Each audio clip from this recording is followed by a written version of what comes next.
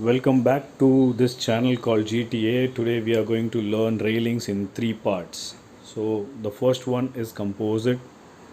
In fact, the entire lot belongs to the composite fraternity, wherein composites, like more than one type of material is being used.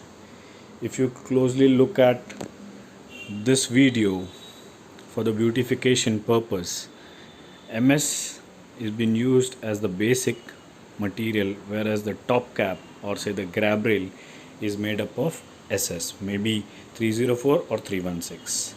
Similarly, into railing number 2, which is inside a mall, you see aesthetically we give this railing full marks because it's a composite of granite, glass, and stainless steel. Single glass never recommended for this application. If you look closely, you see it's a box of granite with a CNC cut SS into it. You also have a grab rail of SS.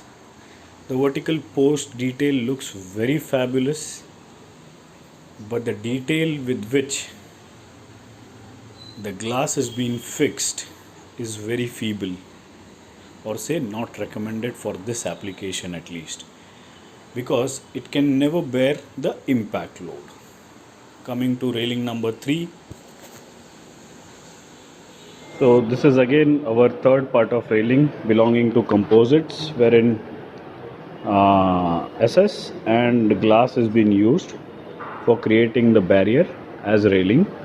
Again, here single glass is used, which is not recommended structurally as well as theoretically. Here what has the designer done is, instead of having a hole in glass, he has given a notch in glass. Either ways, hole as well as the notch is not a desired phenomena to be used for glass railings. As far as the detailing goes, everywhere, every consultant or an architect wants to have a clear vision, a clear view, which has no vertical posts like this, and the glasses have to be a laminated one. This is of course a grab rail, and the height of this railing is probably just 1 meter, which is 1000 mm. Again, this height has to be as per the codes and the norms, which has to be close to 1100, or for safety parameters it has to be minimum 1.2 meters, which is 4 feet from the finished floor level. So from this finished floor level till this height, it has to be minimum 1200.